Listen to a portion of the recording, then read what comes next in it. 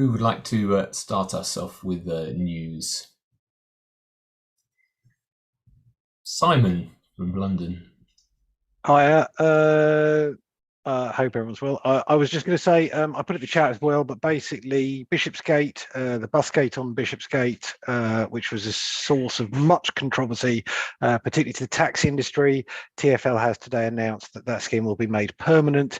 There are likely upgrades to the temporary materials and junctions and various other things, but that's moving forward, which is, on our view, a big win. Will Norman's tweeted about it. Overall collisions down, cycle collision rates down, cycling rates up massively, bus journey times down, kind of win basically for that one. So we're quite chuffed with that. That's the good news. The other good news is the Healthy Street Scorecard Coalition launched the latest report for London this morning. I and a bunch of other people from the coalition were talking about that this morning. If you want to see which boroughs in London are doing well on active travel and healthy streets delivery and which ones are not doing so well, then it's all online on the Healthy Street Scorecard site now, and I'm guessing the webinar that we did this morning will be kind of recorded and up online at some point. Yeah, I think it's worth highlighting the Healthy Street Scorecard. We get kind of flack for the metrics we've developed and do from people who hate it because their borough's done better than they thought, or their borough's done worse than they thought, or whatever. But actually developing those metrics has been a real piece of massive work for a whole series of coalition members, and kind of I'm quite proud of the work. Like this year we've mapped every single controlled parking zone in the whole of London by borough, and the mapping shows that there are giant, even in inner London, there are giant holes in where you could park. You know, if you're driving in from Essex or Kent or Suffolk or whatever, you can still park your car in the middle of London basically for free for the day if you're savvy. Probably shouldn't reveal where those locations are, but there we go. Final thing I was going to say was there's been much controversy, and I highly commend Ranty Highwayman's tweet where he lays out a potential Cyclops or cycle circulating stage junction treatment for Lambeth Bridge.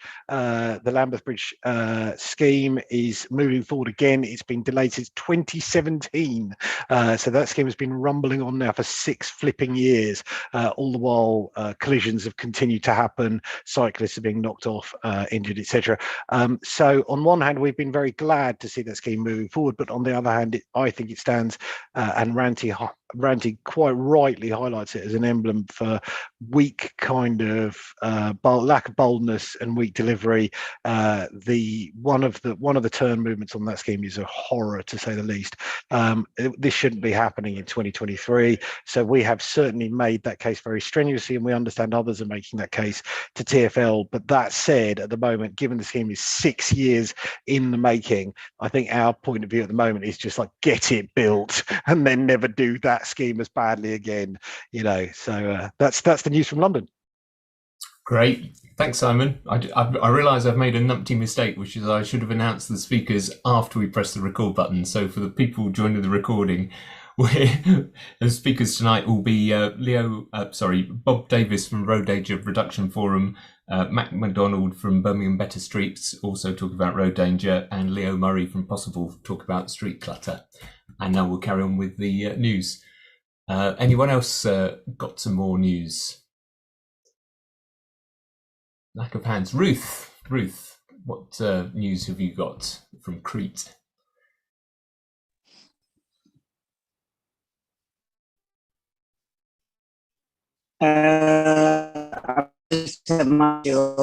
Actually, I'm losing words. Well, I asked, I think it was very good. I understand the problem mildly, but welcome to you all because it was fantastic that we could join in. I did very ask bad line there about Ruth. schemes that are not satisfactory. Kensington, Chelsea on pink lines, and Richmond are consulting. Can you hear me at all? I got something was fantastic and something was not very good at all. I'll do it later. I'll put it in the chat. Okay. H. Let's hope your sound is a bit Oxford better. was brilliant. Oxford was fantastic. Well, I'm just going to put some amusement in. we've had 3,000 people having to pay up 60 quid for the LEZ already this month, and it's only been in 2 weeks. And hopefully that's making people think a bit more about their active travel. We also had a series of briefings, because next month we have the UCI World Championships. And it was pointed out rather strongly that for the briefing for the volunteers, full instructions on how to get there by bus, train or car, but no instructions on how to cycle there or where to park your bike. So we want to try and get UCI World Championships to be sort of a bit more bike sensitive and get the driving blinkers removed from the where they think. I believe there's a Formula One in the Netherlands where there's no car parking. So hopefully the UCI ought to be able to do a bit better than that. Mark from Brighton. Sorry, I'm just playing with maps of Oxford at the same time.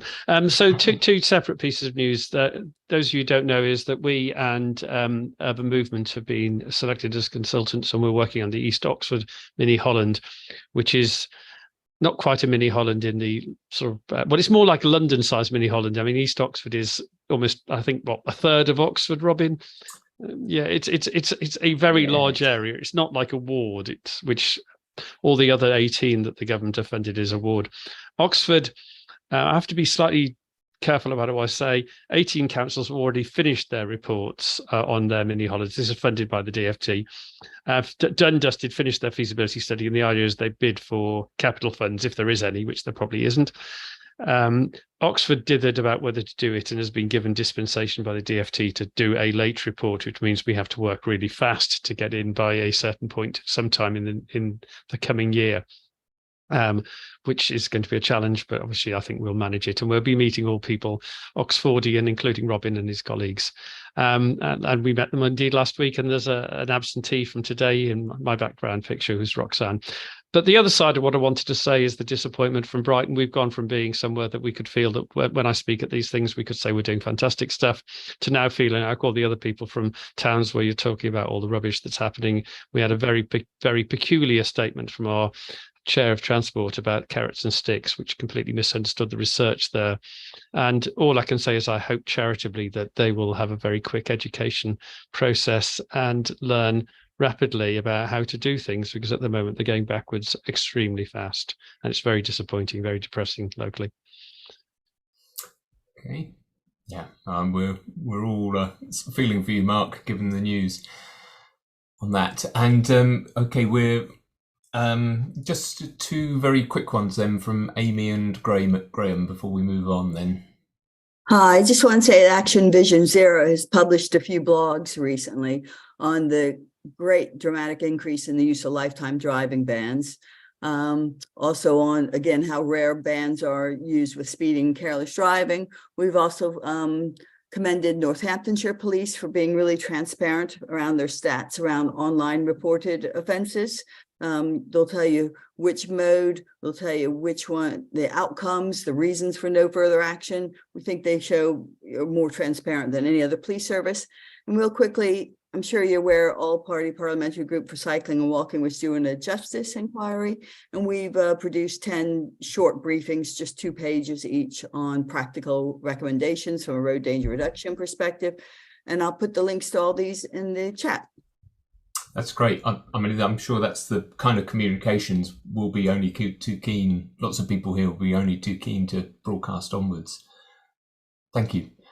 Graham from Bolton. Yeah, it's I've been on here many times decrying the dreadful state of Bolton, particularly the council executive blocking projects right, left, and centre, and so on. After the May elections, there was a complete change of leadership in the council, and I had some unofficial contacts with the new cabinet members, and it was looking fairly promising, including the leaders seemed to be fairly positive. One of the things is we have a new executive member for climate change, which is something we didn't have before. And he is somebody who doesn't own a car, cycles and walks everywhere, catches public transport. So he's extremely positive. And we had the first meeting of the Active Travel Forum since the cabinet was announced, and it was an extremely positive meeting. So we're keeping our fingers crossed, but it's looking much more positive for Bolton now. That's really good news. It's good to hear some positive story. And just before we pass on, the news from Oxfordshire was we had some setbacks on AMPR being introduced, including taxis, but talking to the councillors involved, they remain highly committed and have demonstrated that in other ways. The other thing we had is we didn't get any money in the Active Travel Fund round 4. I've now looked at the papers for the bid, and essentially I can see where it was lost. It was lost because the bid didn't respond to some of the aspects required by Active Travel England around meeting deprived neighbourhoods and addressing all types of active travel users, even though a good case could have been made if they'd have come and talked to us and got our input on the bid. It wasn't made by whoever wrote the bid documents. So to say I was a little disappointed, given that the Priority 1 scheme is a complicated junction halfway or a mile away from me, is a little understating it. However, we go on. And we go on with Bob Davis talking about road danger reduction, and subject which is dear to all of us. And Amy has just talked about Vision Zero, and the efforts of the Vision Zero group is really a key way forward. Bob has been talking about reducing road danger longer than most of us, so I'm very keen to hear what he has got to say. So we were talking about it at the conference yesterday. Over to you, Bob. Okay, I'm going to share screen and can you see this? Yes, we can. Okay, so what I'm going to do is I'm going to nip over road danger reduction in about 10 minutes, which is super fast. RDRF, we offer training sessions on what RDR is. Minimum 1 hour, generally needs a half-day session. I'm calling it Against Road Safety because Road Danger Reduction Forum was set up in a kind of opposition to the official road safety industry lobby 30 years ago. This year, it's our anniversary. The anniversary is of our founding at a conference in Leeds, which was set up after publication of my book, Death on the Streets, Cars and Mythology of Road Safety. Okay, so whipping through this. A lot of it is about metrics. This is what Mr. Baker said, that we have per 100,000 the population in terms of cycle deaths, we've got a better record than the Netherlands. So you might think, hang on, wait a minute. And TfL, this was in 2013, we caught them up on this. They're saying pedal cycle fatality per million population. Oh, doesn't London look quite good? Well, of course, you should be able to tell this is all absolute nonsense. You don't measure safety by looking at that. Actually, you don't really measure safety, even if you talk about cycling casualties per journey or per mile traveled. You have to go into a lot more than that. And by now, you're familiar with the idea that you don't find out if a bridge is needed by the number of people swimming across, and just because people don't get eaten alive in shark-infested waters doesn't mean it's safe. So this is about metrics, and the one big achievement of the RDRF is to get the who kills whom metric incorporated in official statistics. If you want to find out more about that and get links, do email me. So what's been happening to road deaths in general? Well, they've gone down massively over the last 100 years.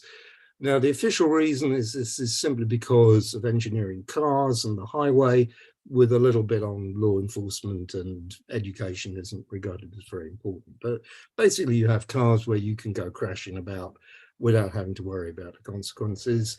And similarly, highways have been built so that motorists don't have to worry about paying so much attention in order to avoid crashes, which is one of the reasons why they don't, of course, as I shall say. Because I raised the question of adaptation or risk compensation. There are two things I want you to take away from this presentation. One of them is how there is always adaptation, compensatory behavior with all kinds of interventions and with all sorts of changes that occur in the highway environment. Now, we don't like this. This is the biggest road safety organization in the world, Commission for Global Road Safety. It's in Vietnam, kids wearing helmets, waving little yellow flags, and actually you can see these strings attached to each other. So no, that's not. This is also in England, we have the Walker dial. You see these kids are actually tied into this thing here. If you don't know what's wrong with that, I really can't tell you. The lady who invented that was given an MBE for services to road safety. And, you know, this is what traditionally road safety has been about, sticks the burden of responsibility on the most vulnerable and tends to accept danger on the road. So it's about reducing danger at source. Danger on the road comes from certainly the misuse, maybe even the use of motor vehicles. And essentially, if you are using a health and safety at work model, you would do things this way. Road safety is the exception to the rule of health and safety at work, etc. And it supports the sustainable transport agenda. The governance of road safety is by the Department for Transport, mainly, previously Ministry of Transport, and it's had a basically pro-car agenda, accepting increases in motor traffic as inevitable. We're now in a different situation where a lot of official guidance is about reversing that. It doesn't say so officially, but having a lot of active travel in cities and pressure, hopefully, from bodies like the Committee on Climate Change should be hopefully reversing that. And I'd like to see that impacting on the way in which we think about safety on the road. And we are basically supported and have signed up various organizations, the basic good guys who support active travel and public transport. Officially, Transport for London supports it. In their latest cycling action plan, they do have a kind of road danger reduction metric, but they're not really fully on board. If you want to read things, look at my book, John Adams's work, and other books like that, which talk about compensatory behavior and question the dominance of the car. So what do we say?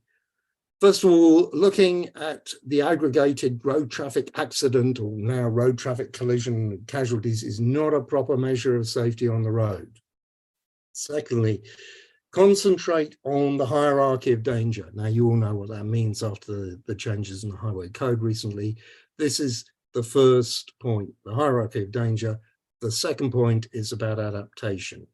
So hierarchy of danger, we're concerned with who kills or hurts whom. So dangerous forms of transport are those that endanger others on the road, not ones where you're more likely to get hurt. And this is essentially a moral issue. It's also scientific in terms of what happens when you look at the metrics. And adaptation. Everybody adapts to perceived danger, okay? This happens continually and continuously. So remember those 2 points, you won't go wrong.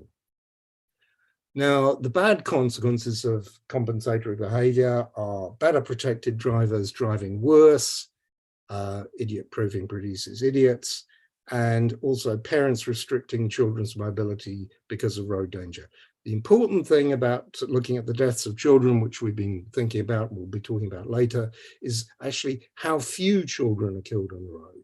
And that's because of the restrictions on children's mobility because of the high level of danger. So here's an example. A designer of the Mini said, if I'd wanted to make a safe car, I would have put nails in the dashboard. You know, everybody knows this. Happens with anti-lock brake systems, and it happened with seatbelts. That's the core of my PhD and went into the book.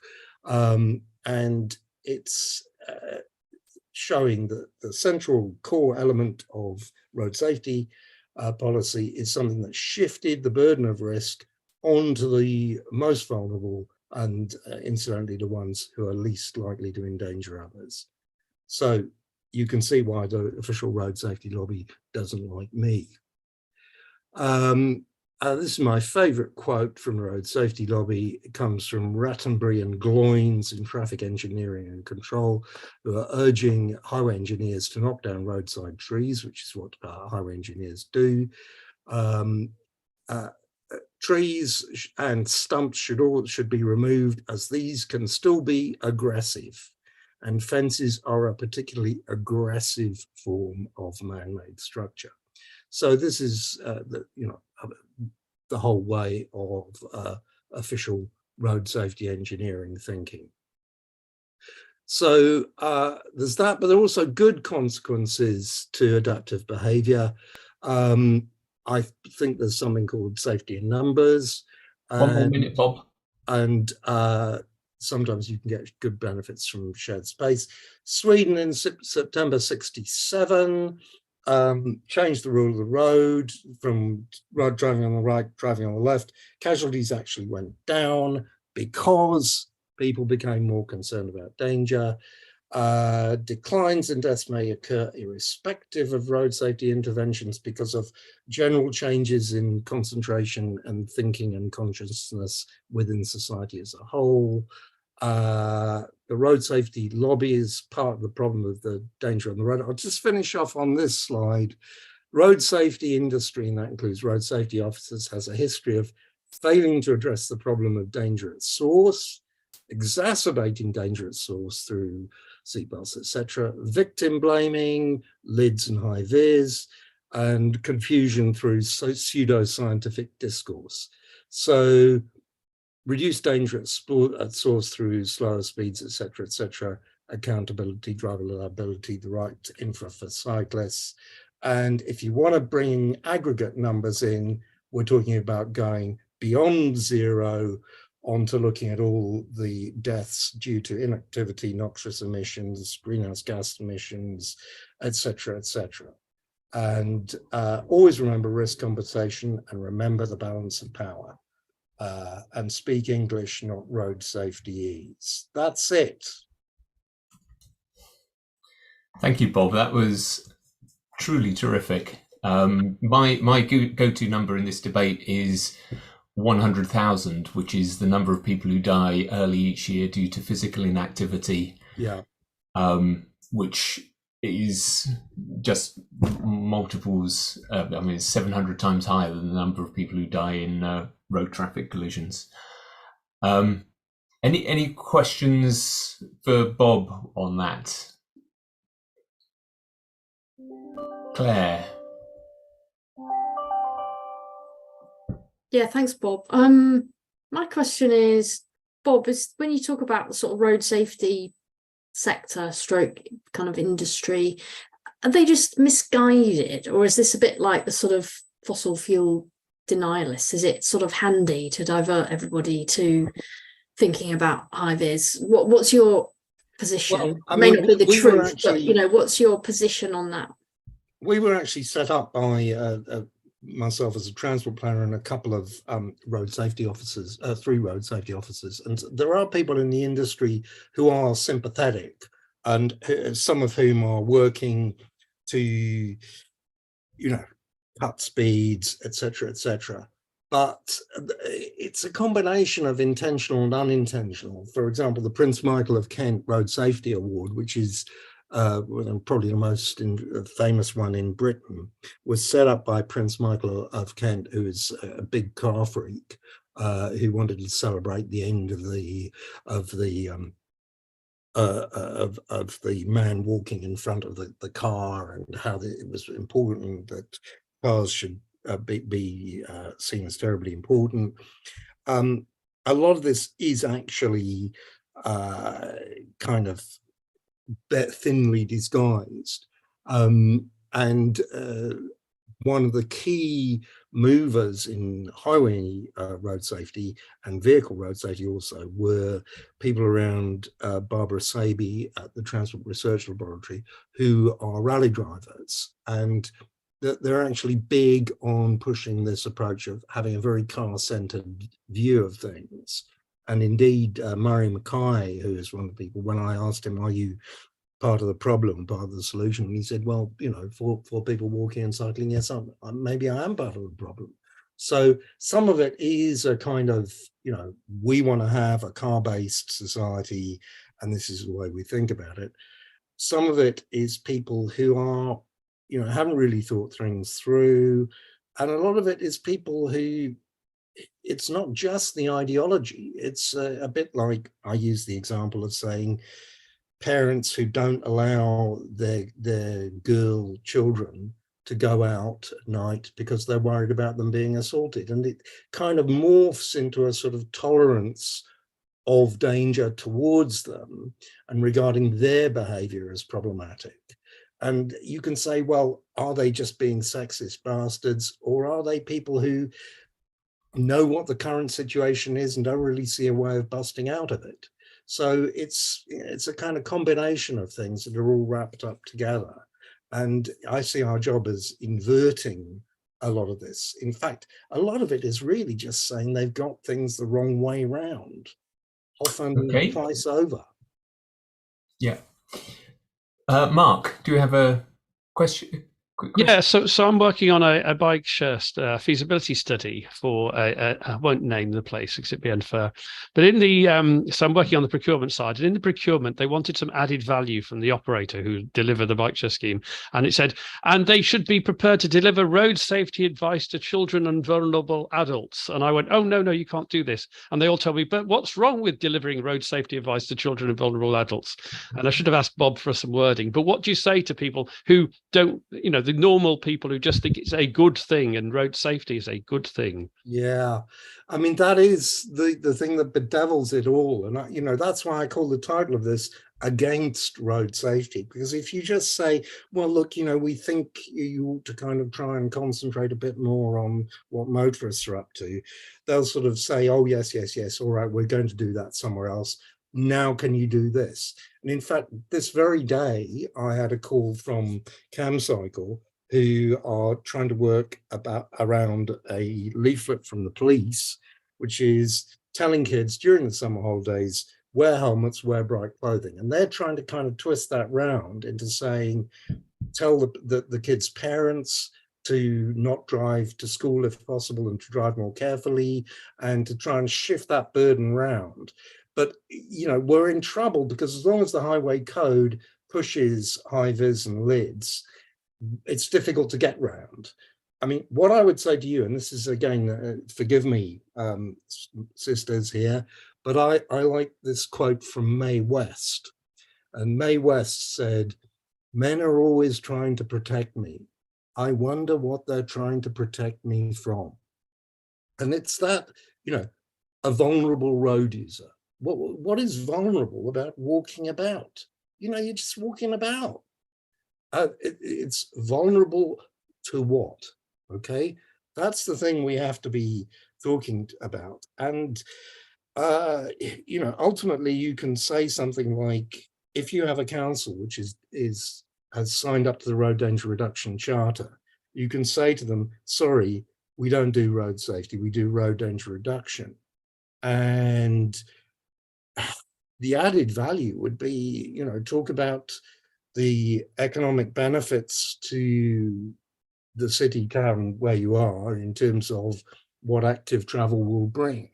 And I think you could say also that if you start telling people to wear crash helmets and whatever, the dangerizing of cycling, making it problematic as an activity, is actually going to put people off. And just show them photographs of the Netherlands and Paris and say, sorry, but this is not the way to proceed.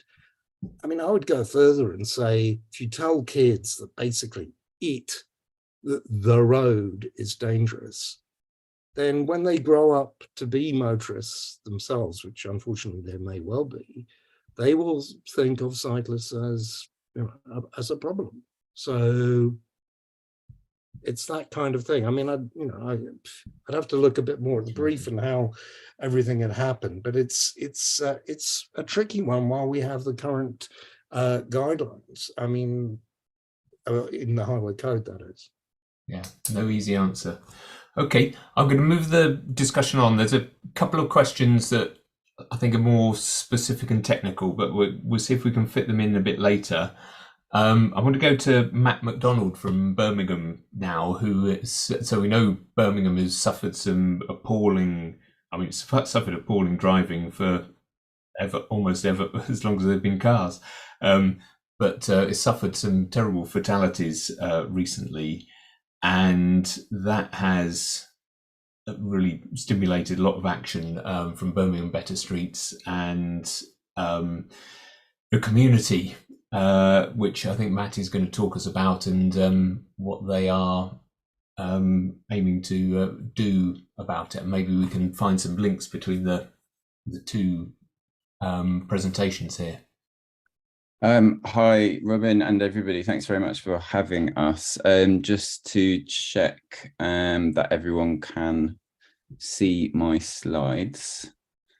Yes, you're in kind of editing mode at the moment. Yeah, sorry. I'm not the most technologically competent. Yep, now you're in presentation mode. Perfect. So, right, yes. Good afternoon, everybody. So my name is Matt. I'm co-chair along with Martin Price of the group Better Streets for Birmingham. It's a real privilege to be here at such an auspicious gathering today. So thank you very much for having us. I'm going to try to rattle through my slides. I'm aware I've got 5 minutes, so I may be talking a little bit fast during this. A lot to pack in. So thanks to Dr. Davis for a fantastic talk and that really impressive insight into the correct way to look through the lens at what I may inappropriately term road safety, but road harm reduction. I think a lot of the campaign that I'm going to talk about today is about trying to bring the wider public along with us in terms of how to view these things. 2 months ago, we started a campaign called Beers for Better, and what I'm going to do today is give a little overview of how that began. I'm going to discuss some of the strategies that we've been coming up with at our more recent actions, because I think they've been very sort of effective and could have potential wider applications in different areas. Going to go through things that we've learned along the way. We are continuing on a very steep learning curve here. And I'm going to finish my talk with a shameless plug for an action that ourselves, along with other groups in London and Manchester, are organising on a national level at the end of September. So Beers for Better. Better Streets for Birmingham was set up about 1.5 years ago. We have done a lot of work around infrastructural changes in Birmingham, supporting local LTNs, holding the council's feet to the fire about their other promises to deliver a safe city for those who walk, wheel and scoot. A couple of months ago, we tried a new campaign tack, which was essentially to highlight the ways in which antisocial driving affects communities around Birmingham. Almost by accident, we decided to collect some data around this to sort of go along with our campaign, and this was our very first foray into it. Myself and the lady in the middle there wearing the Mums for Lungs t-shirt, Kirsten DeVos, spent a happy hour firing a speed radar gun at various drivers outside a school near where we live on a 20-mile-an-hour road, just at the time when the school was, the school children were being turfed out. And we found 91% of the drivers were over the limit.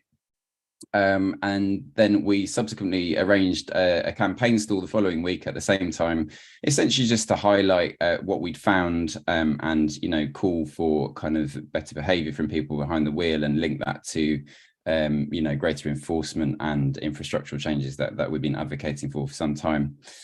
So you see one of our slightly haphazard 20-mile-an-hour signs, which we glued together from cardboard and love there.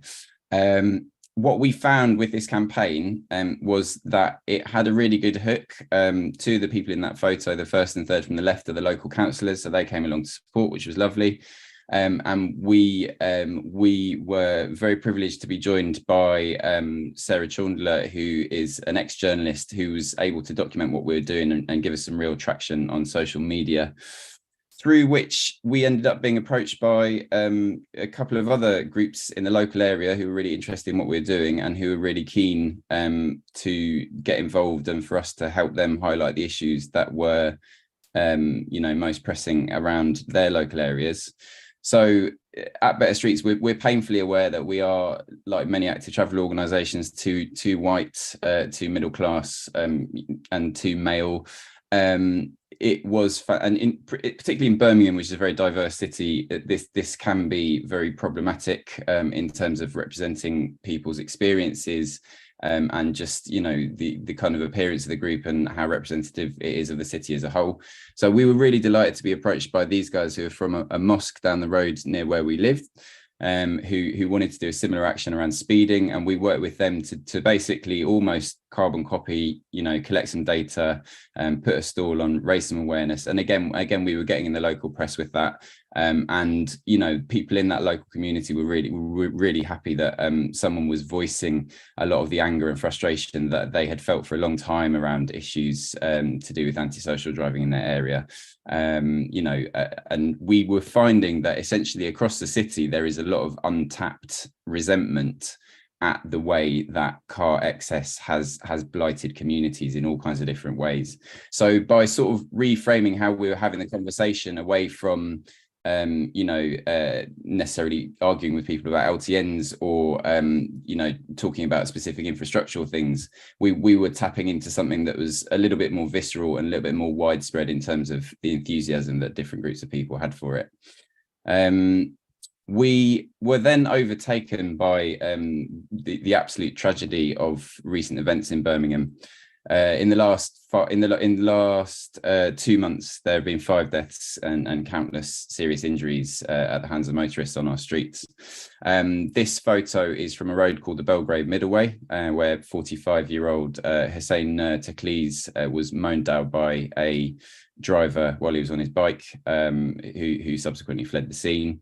In response to this, we organised the protest on the corner of the road, and what we planned to do was essentially go out into the traffic on the green pedestrian light and hold up signage, just to create the kind of optics of people standing in front of cars, holding up banners, and just saying enough is enough, and to have the kind of significance of doing that at the spot where Hussein so sadly lost his life. In doing that, we sort of developed this new strategy of a kind of roving roadblock. So obviously with the new protest laws that have come into place, organisations such as Just Stop Oil and to a lesser extent XR, who go and physically block roads, are getting into an awful lot of trouble. A lot of them are doing jail time. And also there's this really big sort of culture wars pushback, because you can always find someone to phone in and say, I didn't get to my dad's funeral, or this ambulance didn't get to the hospital in time. And, there's all kinds of problems, which I'm not delegitimizing at all, but there are problems with that approach tactically, and people are getting into an awful lot of bother doing it. The roving roadblock, which goes out on the green man and holds up signage, allows people to have that sense of taking back a space that's significant. It allows the images to be generated, which are a really significant hook for the media and get us the attention that we need to promote the kind of issues we're talking about. But so far, touch wood, we haven't had any arrests or any trouble with the police in terms of what we've been doing. You'll notice in this photo just to the right that the traffic light is actually on green. So this was the last time that we all went out into the road at the Belgrave Middleway, and there was just a few seconds where we held the road, slightly longer than the green pedestrian signal, and so we're in that grey area and pushing the boundaries slightly, but always ready to step out of the way if emergency vehicles come through or so on. So we're not physically occluding roads and causing massive traffic issues or anything like that. This strategy then we again continued with in King's Heath, which is an area where, to be fair, a lot more of us are based. Very sadly, at the crossing right next to a primary school, there was a year 3 child who was struck by a motorist alongside their older sibling. They're both still in hospital. The child is to my knowledge, was definitely in critical care. I don't know if they still are, but they were very seriously injured. And the turnout for this one was absolutely massive. A lot of the community were very angry about what had happened. And we had several hundred people out, and we pushed the roadblock a bit further then. So we took the crossing not just for the green pedestrian signal, but also a further red signal, and we kind of alternated. So we would take one whole red and 2 greens, and then get off the road to allow the traffic to go through. And I think it was very empowering for the community. It was the specific crossing where the child had been struck. It really kind of galvanized public feeling about that, and we were able to get into the national press this time. So we were given the issues the prominence that we wanted to give them. Our last action was only last Sunday. This is on the Coventry Road in Birmingham, where 12-year-old Azan Khan was brutally mown down by a motorist 1 month ago, subsequently arrested for drug driving. And I have to say, we went to this area to collect some data beforehand, because this is how we're running the campaign. We collect a bit of data about different forms of antisocial driving in the locations where we're working, and we use that as a kind of media hook to generate stories before the actions that we're having, to try and drum up support and get more people down there. So we went and watched traffic for an hour, found 38 drivers on their mobile phones at school closing time in the space of an hour, like right next to the flowers where this kid was so brutally killed. This road is just unbelievable. It's the most hostile experience I have ever had as a pedestrian. There is, failing pedestrian crossing lights or completely absent lights, people running red lights, speeding, U-turning through the crossing that these guys are standing on here, right when it's green for pedestrians to cross. And we spoke to members of the community who are crossing this road up to 6 times a day with their kids. Some of them have more than 2 kids and obviously only 2 hands, and just, live in perpetual fear of what's going to happen. I think the most striking thing about this for me is not necessarily the tragic death of Azan Khan, which is kind of the tip of the iceberg, but just the continuous fear and anxiety that the local residents around this area have to live with on a day-to-day basis. This 7-lane road cuts their community in half, physically and in all kinds of other ways.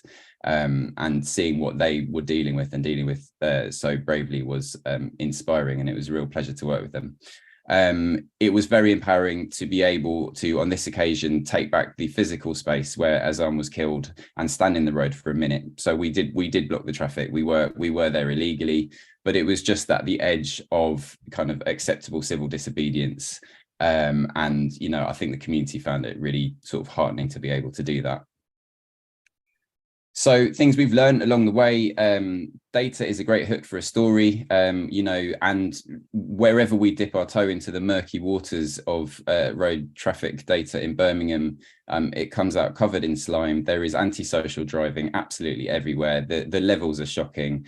And we've, been able to use that to actually engender some fairly supportive local press, and to turn the terms of the conversation, towards road safety, and something that is actually quite important to a lot of people, because, we're obviously all deep enthusiasts for cycling infrastructure and active travel and all the rest of it. But let's be honest, most people don't give a damn about that. But if they think they're kid is at risk of being mown down by someone on the way to school, then that is going to be a far more kind of emotive reason for them to get behind plans to make the city safer. So you know, we're trying to reshape the conversation in terms that will matter to more people and get more support for the changes that ultimately we all want to see. And you know, that's the second point. There is a lot of anger about this stuff. Birmingham is the city of the car, but it's also the city of people who've had to put up with car excess and all the kind of pollution and noise and anxiety it generates for them for many, many years. So our campaigning has sort of opened something up in terms of an outlet for people to express their frustration at it. And the last point is you can get attention without being arrested. So, you know, that we really think that within the kind of legal framework we're operating now, with the new protest laws and whatnot, that the roving roadblock is actually a strategy that has really good prospects, because it's right on the cusp of you know, being civilly disobedient without causing any of the kind of untoward effects that can be picked up on, and without probably the police, you know, they're not going to want to just arrest a load of people who are going out and holding signs on a green man. The optics aren't great for them to do that. I mean, I don't know about London, they seem to love nicking people now, but we haven't had any problem with the police. And in fact, the road harm reduction unit commanding officer, I bumped into him at a kind of sting that they were doing, and privately he thanked us for the work that we were doing. He said, "I'm getting resources and officers now that I've been asking for years because of what you're doing. You know, keep it up," basically. So the police are kind of, well, for now anyway. For now, they're on side with what we're doing, which is a really sort of heartening way to be able to operate. Together with groups from Manchester. Are you rounding up, Matt? I am. This is my last slide. Sorry, I'm a rambler. I do apologise. That's all right. It's powerful stuff. It's powerful Okay. and important stuff. So sorry. So this is my shameless plug. I'd like to invite everyone on this call to be involved in this. Groups from London, from Manchester, and ourselves and other groups from Birmingham are all involved in planning and action at the end of September, which we want to declare the year of the safe streets. We want to have a focus on schools in this because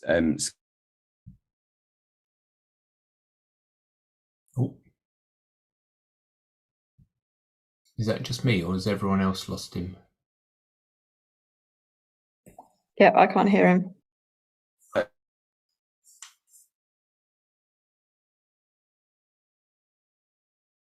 You've gone quiet, Matt.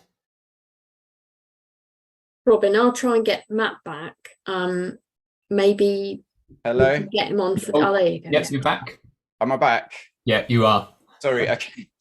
We got year of the safe street. Fine. I'm really sorry, guys. I'm now standing in the corner of my loft. So the internet connection is terrible. Right. So year of the safe street. Sorry. We want to focus on schools in this, or have a sub focus on schools. Schools are an emotive issue, as previous callers have said. If we can crack the problem of people driving their kids to school, we are literally halfway there in terms of reducing car dependency. So year of the safe street with a focus on schools. We're going to generate some national asks for legislative changes, and, you know, in full awareness that we are on the cusp of an electoral cycle. This is the right time to be going to our political leaders and demanding things that are going to get into manifestos and things that our local MPs can agitate for at a national level. Please join us. It would be fantastic to work with as many of you as possible. As I said, it's an honor to be on this call. So, you know, please get in touch and get involved, and it would be lovely to have all of your energy there. So that's my last slide. There you go. Yeah. Okay. Well, I think people will be keen and interested to know how to get involved both in September and for the coming year. So let us know. Basically, I mean, what you've done in Birmingham, I've been watching from afar, not too far. It's really been exciting and I mean, energizing and horrible. Wow. But necessary. Yeah, any support that we can give, and of course the same thing happens in every city. So exactly. Yeah. Thank you very much. Other quick thoughts? We need to move on, unfortunately. Kate, you had a quick point about road safety audits. I did. For those not familiar, road safety audit is a systematic evaluation of new road proposals to identify hazards which the design could be changed to make better. The document, National Highways document, is GG119. It's got a twin, GG142, which is about walking, cycling, and horse riding specifically. And then there's safety governance, which is a much kind of broader evaluation of safety. We have a job to review GG119, and I've had a conversation with Matt Pillsbury, who owns it in National Highways, about the issue we discussed here, about how if a road is catastrophically unsafe, especially for pedestrians and or cycling, road safety orders aren't allowed to mention that. If the design is not addressing existing problems, but it's not making them worse, auditors aren't allowed to mention it. It's called outside scope. You can only mention things the design is doing that causes a problem. You can't mention things the design is not doing. And I flagged it in exactly those terms and other inconsistencies with their process. And we're going to open a door to something bigger. So if anybody wants to sort of send me any thoughts about what they think we should or shouldn't do, welcome any thoughts. I will chuck my email address in the chat. I'm not very hard to find. So yeah, it's exciting times. The relevant people are interested in making things better, and with a move to Active Travel England, climate, all of these things are pointing in the same direction. We could finally have a better process, and I'm very excited to be part of doing it. Thank you. That'd be a great opportunity. So, Simon, have you got a quick point? I was just going to say to Matt, just in case he's not looking at the chat, there's a load of people putting their details in the chat and sticking their hands up and asking for you to get in touch or put your details in the chat before the end of the thing. Thank you. Will I still be able to access the chat later, or we will save it and I'll put our generic email in there as well, and my phone number. Please feel free to contact me either way. Thank you. And yeah, Matt, if you can just stick your stuff up now before we go and everything. Yeah. So, in the chat, yeah. Yeah. I'll put it in there now. Yeah. Take that into the chat, and we'll go over to Leo, who's been patiently waiting, and another big topic in a short time span. Street clutter. But I know Leo was appreciating that too. Yeah, we've all been following along. You know, I'm not very far away from. I mean, I know parents who have children at the school where children were killed in Wimbledon. So no, it's been great to see this visibly, the protests on the streets in Birmingham. Right, hello, thanks everyone. Right, listen, before I start this, I am in fact going. I'm going to do my plug now because I know people might need to drift away for the end. So some of you may know, some of you may not, but Possible, where I work, we have it's actually a closing event for our Car Free Cities campaign because we have not been able to get onward funding for it, which is unfortunate. It includes, so I'm just going to share, am I sharing the right thing? No, events. Not. Hold on. That looks good to me. Urban traffic. Yeah, is that right? So yes, you're seeing Riders on the Storm. Okay, good. So we have this event on Tuesday the 18th. We were aiming it at councillors and council officers, but Carolyn tells me that we do still have actual seats in the room as well. So I just wanted to say, if you don't know about this already, then please do sign up for the Zoom, and I'll stick the link in there. But in fact, if you're based in London, there are still seats in the room if you want to come along in person. And the teaser for this really is that we've got the last of the swan song from our 3-year partnership with the Active Travel Academy, which has been just really fantastic and generated lots and lots of the evidence that we're all using to support advocacy for cycle lanes and low traffic neighbourhoods and so on. And we've got an epic piece of work which is a ward level analysis of every incumbent councillor, their electoral outcomes in the 2022 local council elections in London, analysed against their public positions on low traffic neighbourhoods on social media. So it's good news. I'm not going to say any more than that. But look, I will stick will stick the links to that in the chat. And I'm failing to find my stop sharing. Where's the stop sharing?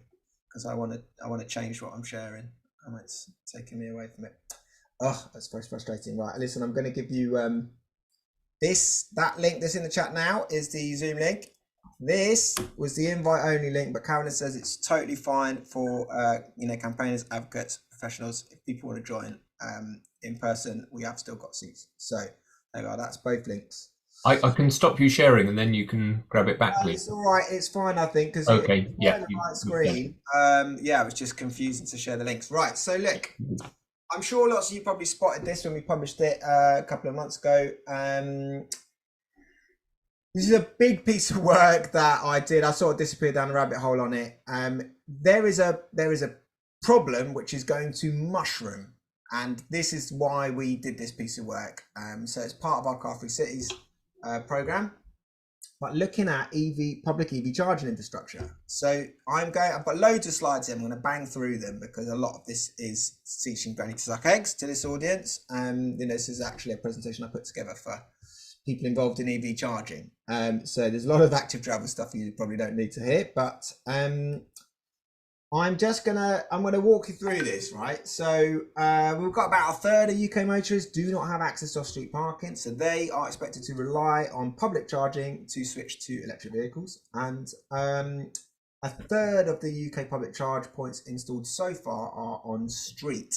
So rather than being at destinations, shopping centres, or tourist destinations, or en route, like in motorway service stations, they are on streets, so they're typically residential streets. By 2030, there needs to be at least 300,000. It could be double that. This is the government's own projections. So we're talking maybe 500,000 of these things appearing on our streets in the next 7 years. So that's a very rapid rate of install. And what we wanted to do with this, because there is enormous pressure on local authorities, right? Highways authorities are the ones responsible for the streets, and for that third of motorists who don't have access to off-street parking, it's on the highways authorities to create this provision for them to charge. And there is still an enormous amount of money there's lots and lots of public money. So there's 4 times as much public money in a single fund for the Levi fund, the local electric vehicle infrastructure fund for councils in England, to install on-street charge points. Literally just residential on-street charge points has 4 times as much money in it than what's left in the whole active travel budget. The people like the SMMT, the motor lobby group, really is what they are, are constantly complaining there's not enough of these things. And it is true that people are buying EVs at a faster rate than we're installing the infrastructure to allow them to be charged. Now, this is a slide from the CCC's progress report. And so you can really see London is years ahead of everywhere else on this. Now, partly that's, there's rich people buying expensive cars. But there's lots of reasons for it. Actually, many people in London don't have access to off-street parking, but do have cars, and so it's been fastest here, but it is picking up everywhere. So this is that we're going to see a tidal wave of public EV charge points appearing on streets. Now, just for London currently has about a third of the UK's public EV charge points, 3 times as many as the whole of Scotland, and we've got almost every on-street residential charge point. There are almost none outside of London so far.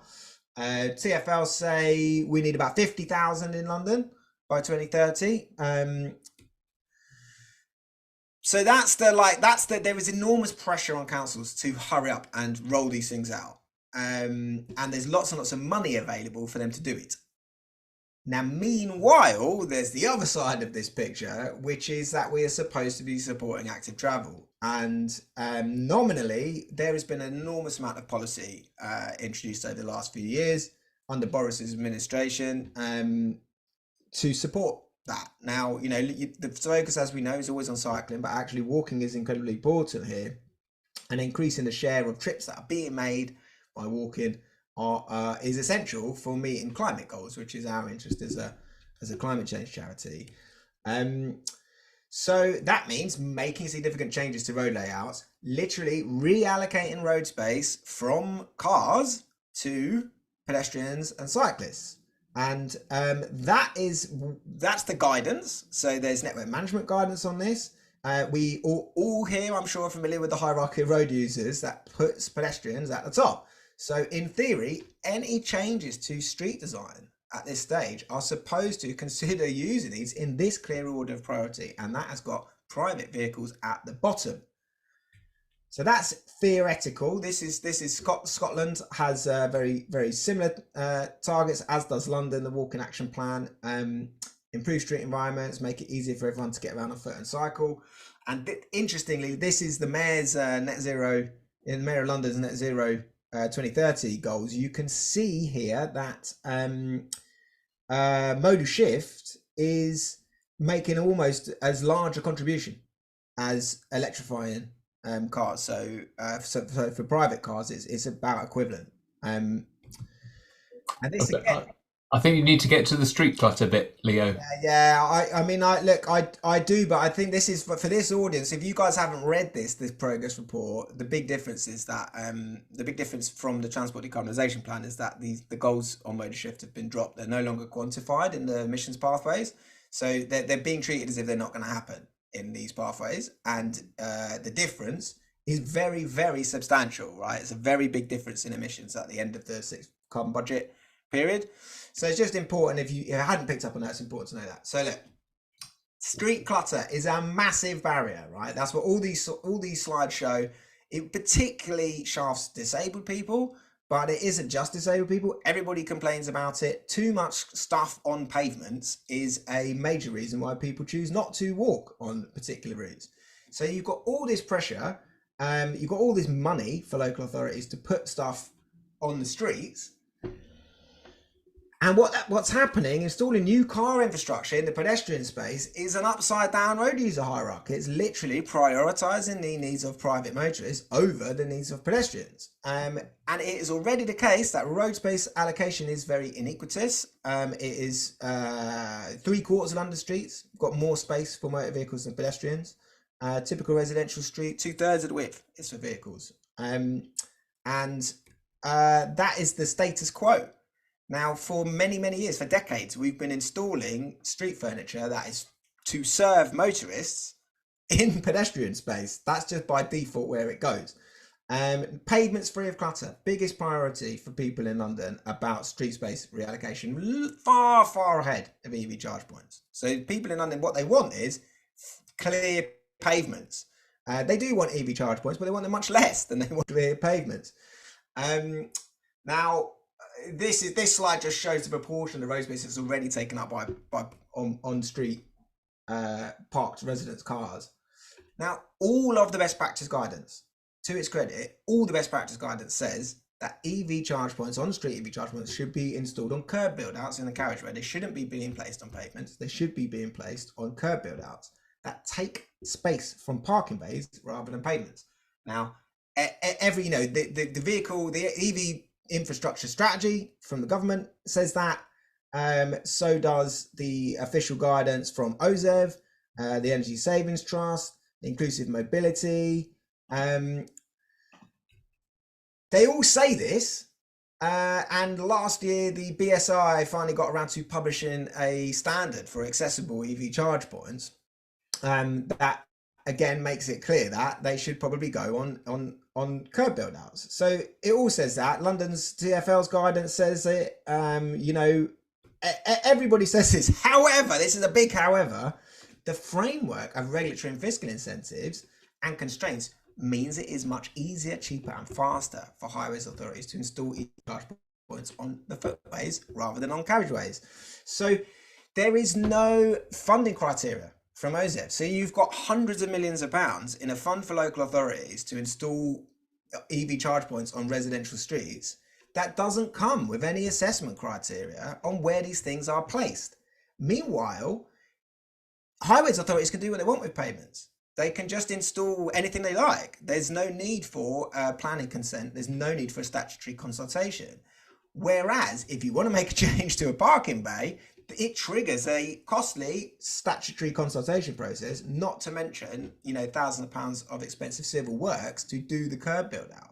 So of course, all of the actual, never mind what the best practice guidance says, that's all very nice, but the actual incentives that are in place steer highways authorities to place things on pavements. So it takes some effort on their part and some consideration, some thinking about this to not do that.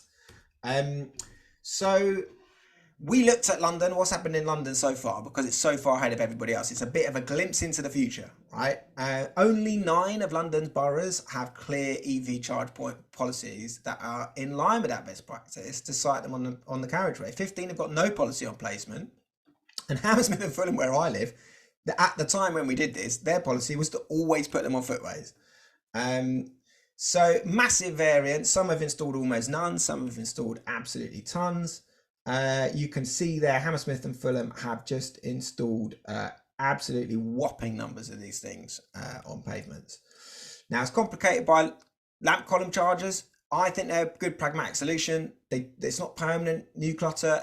That's not a universally held view. We work with Wheels for Wellbeing on this. Wheels for Wellbeing do not love lamp column chargers. They sort of would tolerate them, but you can see they've come to dominate the EV charge point rollout. Personally, I think that's appropriate, but as Wheels for Wellbeing will tell you, it is that they seem like a low regrets option, but actually, if the attraction is that they're very cheap to roll out, which they are, and very quick to roll out, then that probably implies that the extra work that's needed to make them accessible won't happen, like drop curbs.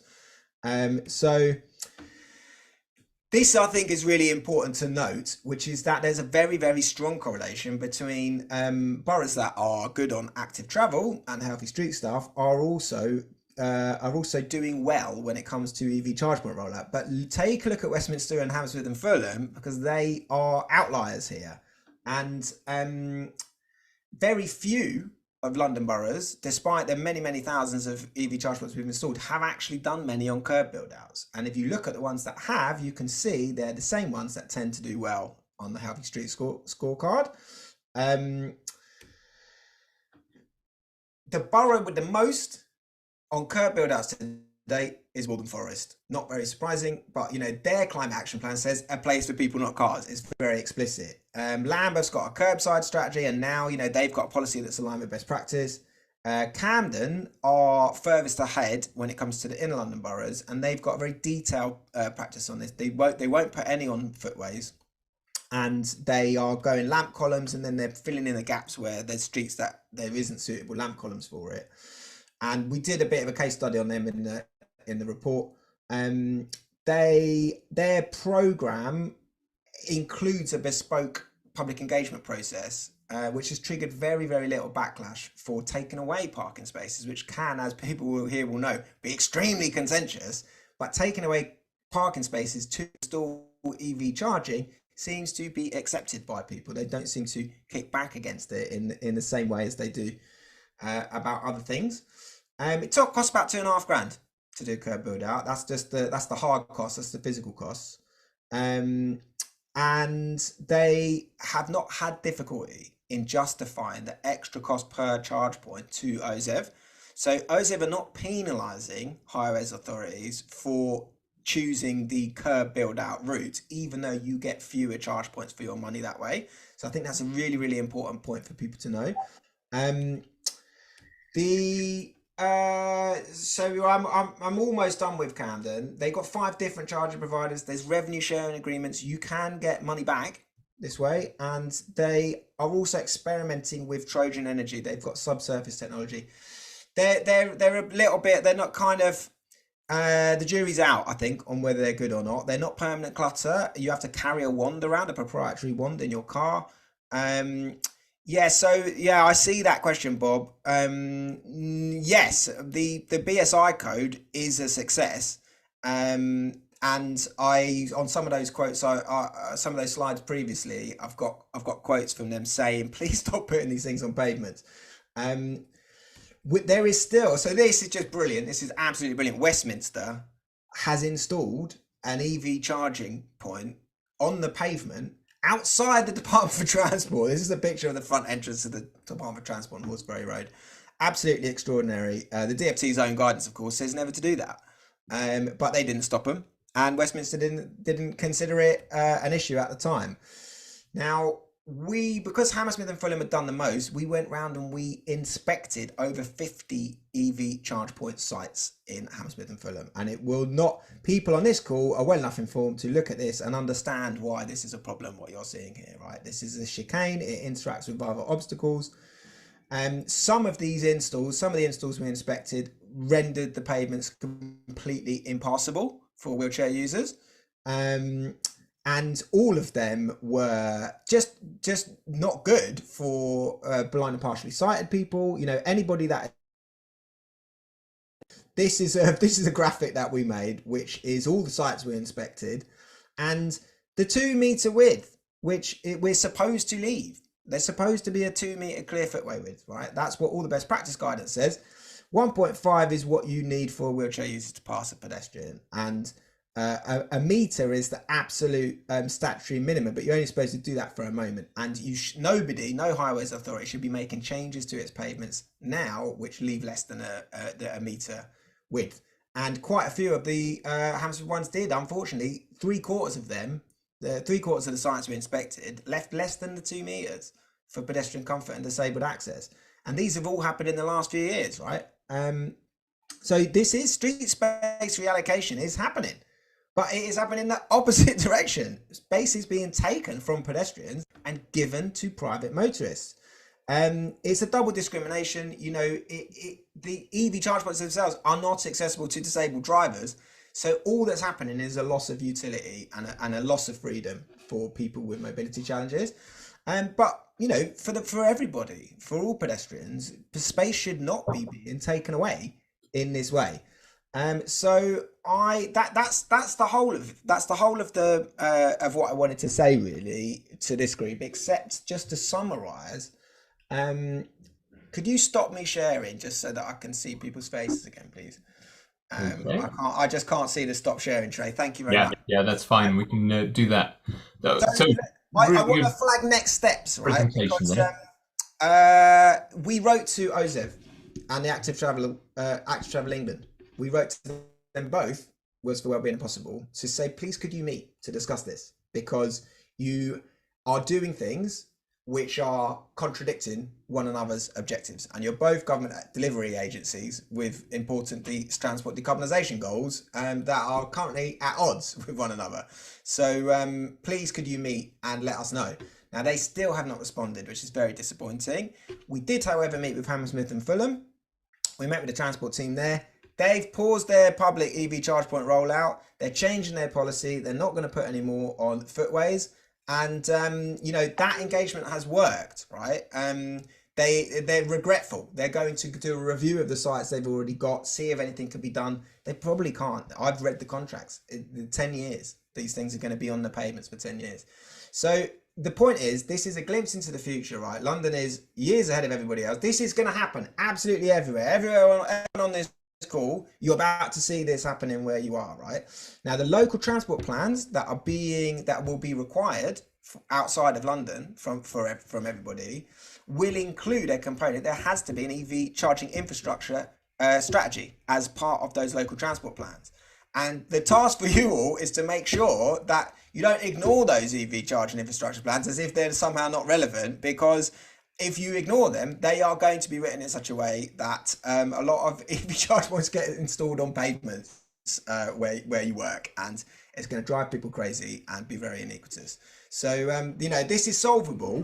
It's just all the pressures are wrong. There's money there. There's pressure on local authorities. All the regulations steer them to do it on the pavement. And that is what will happen without intervention from civil society groups. So that is everything I wanted to say. I'll feed back to the Active Travel Cafe if I do manage to get to the point where OZEV have actually replied to us. I'm going to do a little bit more chasing. So I'll report back here if they get back to us. But obviously what we want is OZEV to introduce a funding criterion around this and stop funding local authorities to put them on pavements, which is a very straightforward solution to this. But yeah, they seem reluctant. So yeah, thanks everyone. Wow. Thank you, Leo. That was epic and quite scary how our pavements are being gobbled up. And I'm not even sure how, I don't know, am I as a taxpayer, even if I didn't have a car, would I be paying for rollout? Very much so. Yeah, very much so. Money's no object when it comes to it. I yes. I don't pay for petrol stations, fossil fuel stations, as I now call them. Crazy. So, I mean, Sally makes Bob made a point about blind and visual impaired organisations actively campaigning on this. Question from Bob. Yeah, so they have been. I mean, they are actively campaigning on it, and it's very, very clear in the Sustrans and Transport for All. They do. I can't remember the name of it now. It's like a big audit of the views of people with mobility challenges, and it's very, very clear from that they're saying, don't put these things on pavements, please don't do it. And you've also had the guide dogs as well published a whole report of their own saying, please don't do this. But so I think it's fair to say they've mainly been ignored so far, right? And there's no consistency. There's not even consistency in London, even where you've kind of there's an element of oversight with TfL and everything, who are reviewing this stuff, at least to some extent. Okay, we are out of time, unfortunately. So I am going to bring the session to a hot close. Thank you all for your great contributions. Really interesting session tonight. I have enjoyed the presentations. I've enjoyed hosting. I hope you have not found it too painful. Next week is the last session before the summer break, and it's going to be a good one.